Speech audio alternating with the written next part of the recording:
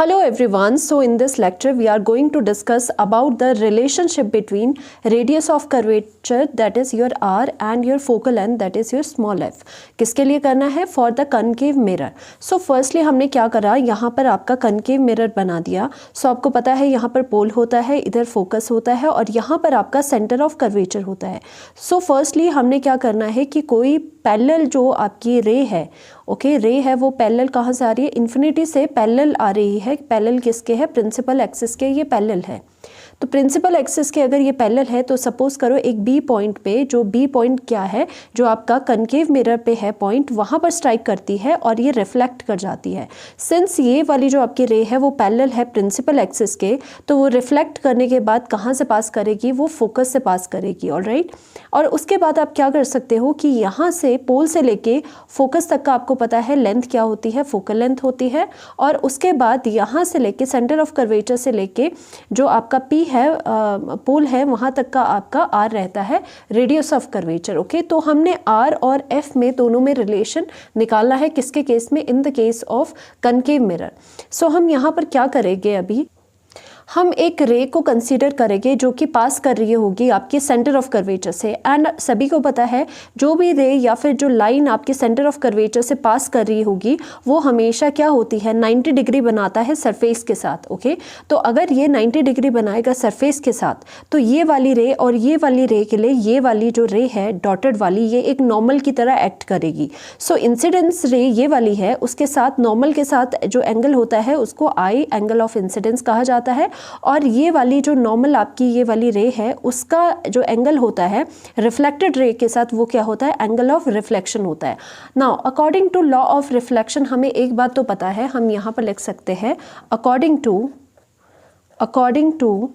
Law of reflection,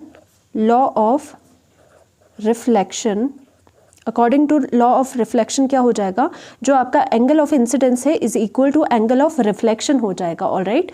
और वैसे ही यहाँ पर हम देखेंगे कि अगर ये आई इज इक्वल टू आर है तो हम यहाँ पे देखेंगे कि यहाँ पे कहीं ऑल्टरनेट इंटीरियर एंगल्स भी आपको नज़र आ रहे हैं. सो नाउ आप ये चीज़ यहाँ पर देख सकते हो कि अगर ये आई है तो यहाँ पर ये वाला जो एंगल होगा वो भी आपका क्या हो जाएगा? आई. क्यों? क्योंकि आपका ये जो अल्टरनेट इंटीरियर एंगल वाली प्रॉपर्टीज़ है उसके थ्रू आपका I is equal to I हो जाएगा. सो हम क्या लिख सकते हैं? By alternate interior angle, alternate interior angle you should know that कि ये जो आई है इज इक्वल टू ये आई हो जाएगा. तो हम क्या लिख सकते हैं? दैट मीन्स जो एंगल आई था आपका वो is equal to angle B C P के इक्वल है. बी सी पी कौन सा हुआ? B C P. ओके, और यहाँ पे दैट मीन्स ये इन टर्न किसके इक्वल हो जाएगा? ये भी आपका एंगल ऑफ इंसिडेंस के इक्वल हो जाएगा. और आपको एक और चीज़ पता होनी चाहिए, in triangle B C F, B C and F, ये वाला जो ट्राइंगल है अगर आई इज इक्वल टू, यहाँ पर भी एंगल आई हो गया है. राइट. और आपने देखा है लॉ ऑफ रिफ्लेक्शन से आई और आर भी इक्वल है, तो यानी कि आपका जो यहाँ पर ये एंगल है आई और आर ये भी इक्वल हो जाएगा. सो हम क्या लिख सकते हैं? In triangle B C F में क्या हो जाएगा? जो आपका एंगल आई है वो is equal to angle R हो जाएगा. क्यों? किस वजह से? यहाँ पे I is equal to angle R हो जाएगा. और अगर ये दोनों एंगल इक्वल हो गए तो ये कौन सा ट्राइंगल है? ये आपका आइसोस्केलस ट्राइंगल है. आइसोस्केलस ट्राइंगल, दैट मीन्स ये क्या हो जाएगा? आपका आइसोस्केलस ट्राइंगल हो जाएगा. अब आइसोस्केलस ट्राइंगल क्यों होगा? क्योंकि अगर दोनों आपके किसी भी ट्राइंगल के दोनों एंगल्स अगर इक्वल है तो उनकी जो ऑपोजिट साइड्स होती है वो भी आपकी इक्वल हो जाती है. So hence due to only this condition आपका क्या हो जाएगा? जो आपका सी एफ है वो किसके इक्वल हो जाएगा? आपका एफ पी के इक्वल हो जाएगा. So your C F is equal to, C F किसके इक्वल हो जाएगा? एफ बी के इक्वल हो जाएगा. सो यहाँ पर क्या है? यहाँ पर आपकी फर्स्ट इक्वेशन आ गई है. राइट. और आपको एक चीज़ नोटिस करनी है, वैसे तो हमने ये जो आपका मिरर है वो बड़ा सा बना रखा है, बट एक्चुअल में क्या होता है, इनका बहुत स्मॉल सा कर्वेचर होता है. राइट. वैसे अभी आपको दिखाई दे रहा है बट ये बहुत स्मॉल सा होता है. तो अगर ये स्मॉल सा है, ये ऑलरेडी आपका स्मॉल कर्वेचर है, तो ये बी पॉइंट यहाँ पर है और पी पॉइंट आपका यहाँ पर है.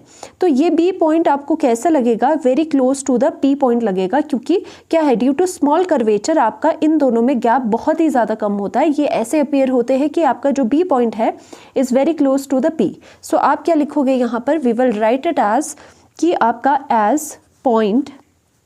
as your point B is very close to the point P, उसकी वजह से क्या हो जाएगा, देन क्लोज होगा ये। देन अगर आपका यहाँ पर जो B है वो बहुत क्लोज है आपका P के साथ, तो आपको कैसा नज़र आएगा ये चीज़, आपको जो FB है वो बिल्कुल इक्वल नज़र आएगी FP के साथ। तो आपका हेंस सो आपको कैसे नज़र आएगा, जो आपका FP है वो वेरी इक्वल टू, वो बिल्कुल ही इक्वल हो जाएगा आपका FB के साथ। ओके, क्यों? क्योंकि यहाँ पर स्मॉल कर्वेचर है और B और P पॉइंट ऑलमोस्ट सिमिलर है, एक जैसे लग रहे हैं। सो ये इक्वेशन आपकी सेकंड हो गई। अब हमें क्या करना है, फ्रॉम फर्स्ट एंड सेकंड आप देख सकते हो CF is equal to FP, FP equal है इसके, FP इक्वल है इसके। सो आप क्या करोगे, so from first and second equation से आपका क्या हो जाएगा कि आपका फर्स्ट एंड सेकंड से क्या हो जाएगा, जो CF है वो किसके इक्वल हो जाएगा, आपका FP के इक्वल हो जाएगा। So your CF is equal to FP हो जाएगा। ऑलराइट, और इसको मानते हैं हम थर्ड इक्वेशन, इसको हम अभी थर्ड इक्वेशन मानते हैं। अब हम क्या करेंगे, ध्यान से देखना, क्योंकि आपको radius of curvature and focal length पे रिलेशनशिप चाहिए।